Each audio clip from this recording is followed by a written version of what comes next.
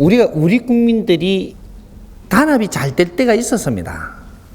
이게 언제냐? 힘 없을 때. 우리 민족은 힘이 없으면 하나로 뭉칩니다. 힘이 없을 때. 누구 도움을 받고 서로를 위하고 이렇게 뭉치는데 힘을 조금 가지고 나면은 전부 다 분리가 됩니다. 그 왜 분리가 되느냐? 내가 힘을 갖고 나면 전부 다 내 법을 펼치기 위해 가지고 내 주장이 강해집니다. 힘이 없을 때는 뭉치는데 왜? 서로가 도움이 되기 때문에. 조금 기본 힘을 갖고 나면 좀 더 흩어진단 말이죠. 왜? 천선들이고 기운이 크기 때문에 전부 다 지도력을 가지고 있는 이 기운을 가지고 있는 겁니다. 그래서 내가 제일 잘난 거예요. 내 방법대로 내 방법에 줄 서갖고 내 말을 잘 들으면 간까지 다 빼주는 민족이거든요. 내 말만 듣는다면 그 사람을 위해서는 내가 집에 있는 거 다 퍼다 줘요. 그런 민족이에요. 왜? 지도자 근성입니다.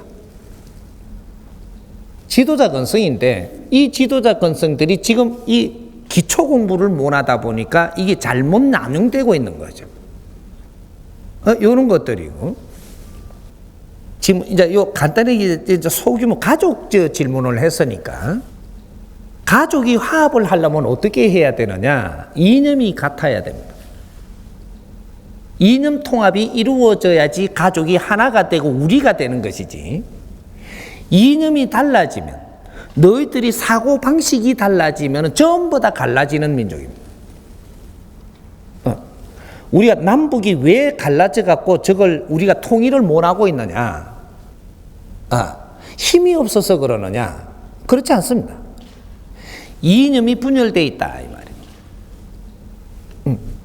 왜 우리가 지금 이 정치를 하는데 국회가 지금 이 갈라져 가지고 있고 서로가 물고 지금 이게 뭔가 못 맞춰 나가느냐? 이념이 분리되어 있는 겁니다. 모든 사회는 이념이 분리가 되면은 합이 될 수가 없다 이 말이죠. 그럼 오늘날 지금 우리가 무엇을 해야 될 때냐? 이념 통합을 이루어야 된다. 지금은 어떠한 이념을 가져야 될 때냐? 홍익 이념을 다시 정리를 해서 우리가 가져야 될 때다. 다른 이념은 왜 안 되느냐? 우리가 다 커버려 갖고 어지간한 이념으로 가지고는 우리 마음에 동하지를 않는다 이 말이죠. 인류의 최고의 이념 사상인 홍익 이념만이 우리를 통합시킬 수 있고, 이런 홍익 이념이 얼마나 깊고 얼마나 아주 거룩한 건지 이걸 정리를 아직까지 누가 해준 적이 없다 이 말이죠. 지금 요걸 지금 정리를 해주고 있는 겁니다.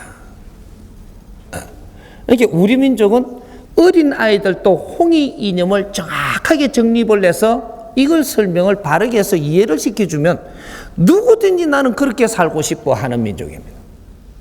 지금 그 시대를 만난 겁니다. 그러니까 이런 걸 정리를 이때까지 못 해줬던 거죠. 홍익 이념을 빛내기 위해 가지고 우리는 역사적으로 이만한 고통 속에서 한 해 한 해를 맺히면서 부모님들이 진화 발전을 하는 이 과정에서 인생을 살다가 간 겁니다.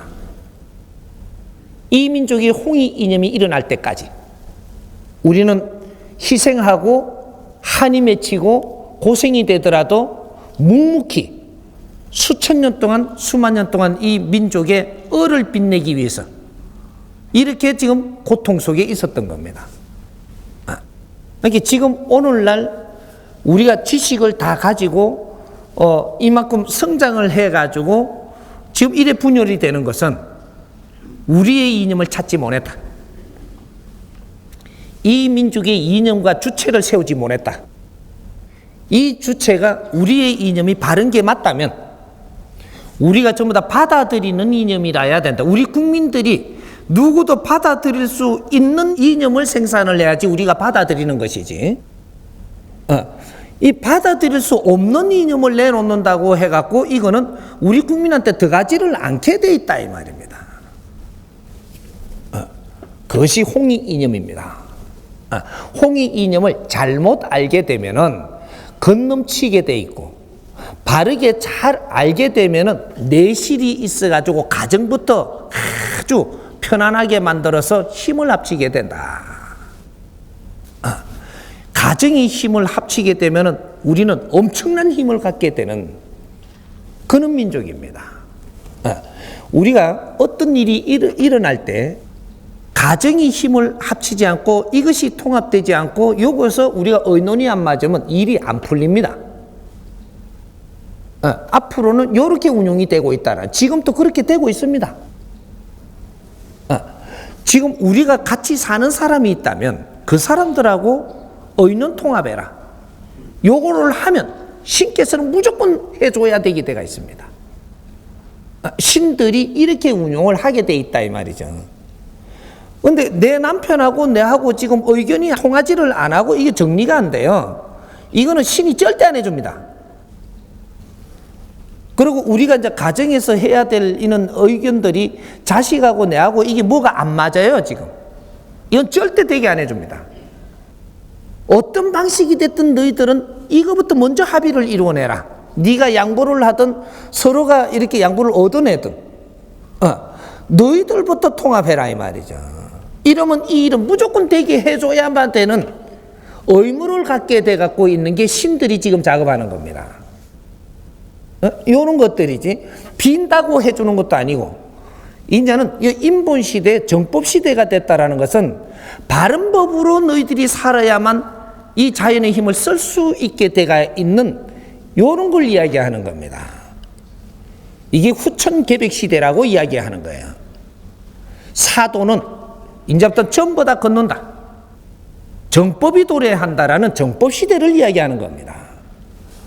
이게 이제 홍익 인간들이 탄생할 때는 정법을 갖고 세상에 비추어 나가는 이런 시대를 지금 맞이하기 때문이에요. 그래서 신법도 바뀌고 이 모든 천지대자연의 기운이 다 바뀌는, 그래서 우리가 2012년도에 이 모든 이 지구가 멸망한다고까지 지구 종말론까지 나왔던 겁니다.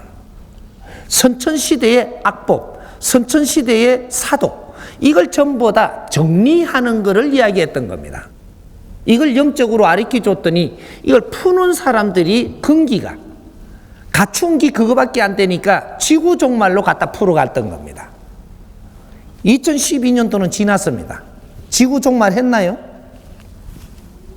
끄떡도 없습니다. 에? 미래를 열기 위해 갖고 선천에서 우리가 그만큼 고생을 하고 한이 맺히도록 조상님들이 이렇게 열심히 살아가지고 후천계백을 열지도 못하고 지구 종말 안 한다? 그런 법은 절대 존재하지 않습니다. 미래를 살기 위해서 우리는 과거를 사는 거예요. 과거에 열심히 우리가 고통 속에 노력을 했다면 미래는 즐거운 세상이 돼줘야 되는 겁니다. 이게 후천계백 시대라고 하는 거예요. 이게 앞으로 정법 시대의 서막이 열리는 2013년도. 그래서 이 홍익 인간들의 공부인 이 동안거 공부를 지금 되살리고 우리 겨울 한 해 동안에는 내가 모지됨을 채우는 이 공부를 지금 하고 있는 겁니다. 이것이 우리가 100일 기도를 하는 거예요. 100일 동안 내가 이때까지 살아오면서 잘못된 습관들은 갖춰놓지 않았는가? 뭔가 내가 하고 있는 행위들이 잘못하고 있으면서도 내 고집으로 지금 이걸 포장을 하지는 않는가? 내가 자식들한테 자식을 위해서 산다 하면서 내가 내 논리로 해가지고 자식을 끌고 가고 있지는 않는가? 진짜로 자식의 뒷바라지를 하고 있는 것인가? 내 방법대로 안 된다고 네가 짜증을 내고 있는 것인가? 뭔가 우리 친구들, 지인들한테 내 방법을 논하는데 그 사람들이 안 믿어준다고 해서 거기에다가 썩내고 내가 미워하지는 않는가? 이거는 내가 잘못된 습관들을 가지고 지금 살지는 않는가? 이런 걸 찾아가지고 내 공부를 해야 되는 겁니다. 그렇게 할 때 이제 너는 바른 길을 찾기 시작을 하니 모든 기운을 열어줄 수 있는 것. 이제 우리 집안에서도 그런 노력을 해야 되는 거죠. 집안에서 서로가 의견이 안 되고 내 자식이 내 말을 안 들을 때는 내한테 모순이 없는가를 찾아야 되는 겁니다. 자식이 내 말을 안 들으면 누가 마음이 아파요? 부모가 마음이 아프죠. 그럼 환자가 부모가 되는 겁니다. 부모를 나수어야지 이것이 해결되는 것이지. 근데 자식은 마음이 안 아프냐? 아파요. 예. 자꾸 이래 부모가 자꾸 그렇게 하니까 자식은 말을 안 듣는 자식도 조금은 캥긴단 말이죠. 여기 그런데 이게 얼마나 캥기냐? 3대 7의 법칙으로 부모가 70% 마음이 아프고 자식이 30% 아픈 겁니다. 그러니까 부모가 더 환자이기 때문에 부모가 나를 먼저 잡아서 노력을 하고 내 잘못을 찾아내어서 내가 이걸 반성을 하면서 자식한테 접근을 하니까 자식이 나도 반성을 하는 겁니다. 일은 이렇게 풀리는 거예요.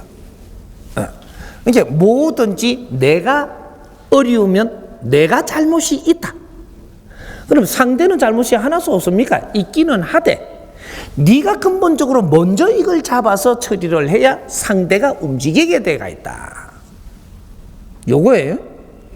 그러니까 우리 가정에서 어떤 식으로의 우리가 노력을 해서라도 의논을 맞추어라.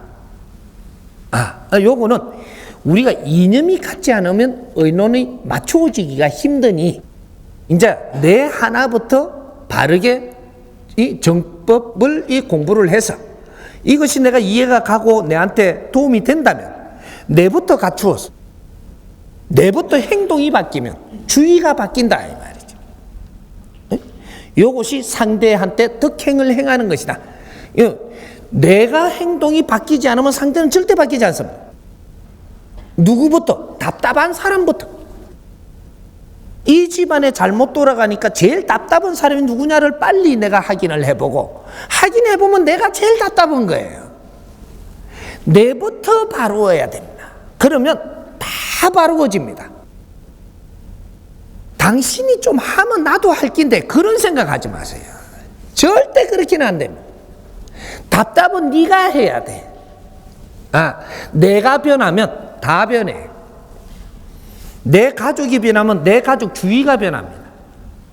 내 가족 주위가 변하면 그 주위가 또 변하고 여기서 변하는 물결이 이렇게 넓어지면 사회가 변하고 사회가 변하면 나라가 변하고 이렇게 해서 이 나라가 이 변해서 크게 우리가 화합이 될 때 인류가 변하는 거예요. 요렇게 지금 이제 풀어나가게 돼 있다 이 말이죠. 그래서 우리는 누가 우리한테 바른 가르침을 주는가? 요걸 지금 찾는 중이었었고 우리가 쫓아다니는 게 전부 다 그걸 찾는 중이었었어요. 누가 스님이 가르치면 어떻고 목사가 가르치면 어떻고 신부가 가르치면 어떻고 거러지가 가르치면 어떠노? 내한테 필요한 가르침을 주는 분이 나의 부처요 나의 은인이 되는 것이지 어떤 종교도 따지지 마라. 누가 가르치니까 누구보다 낫고 모질하든가 내한테 도움되는 일을 찾아라. 어떤 조직에 힘으로 잣대를 대지 말고 거러지가 나와서 내한테 가르침을 바로 주거든 그 사람이 나를 도울 사람이니 그 힘은 그 사람한테 있다 이 말이에요. 이제 우리가 메이커를 찾아다닌다라고 생각을 이제는 요거는 놔야 됩니다. 누비 똥만 찾지 말고 좋은 가방이 있으면 내한테 쓸만하면 되지. 그러니까 이게 우리한테 도움이 되는 가르침을 주는 사람이 나를 도울 수 있는 힘을 가진 사람이에요. 내한테 이해되게 가르치는 사람. 이는 스승을 우리는 기다리고 있었던 겁니다. 이 사람이 아무리 떠들어졌기도 내가 이해가 안 되면 나를 따를 수 없는 거예요. 그래서 우리가 가정을 되살리는 것이 얼마나 중요한가. 정확한 방법으로 살려야만 가정이 사는 것이지 이것이 조금만 핀트가 나도 이 가정은 두 분 다시 못 살리는 이런 사회가 지금 되고 있습니다. 그래서 정법으로 전부 다 가정을 되살리는 법도 앞으로 계속 공부를 할 거니까 이제는 서로가 화합 시대다. 화합을 해서 우리 가정을 살리면 이것이 사회하고 융합이 될 것이고 사회하고 우리가 융합이 되는 힘을 갖게 되면 통섭이 일어날 것이고 이렇게 해서 우리 기운이 인류 만방에 퍼질 것이니까 이렇게 이해를 하면 됩니다.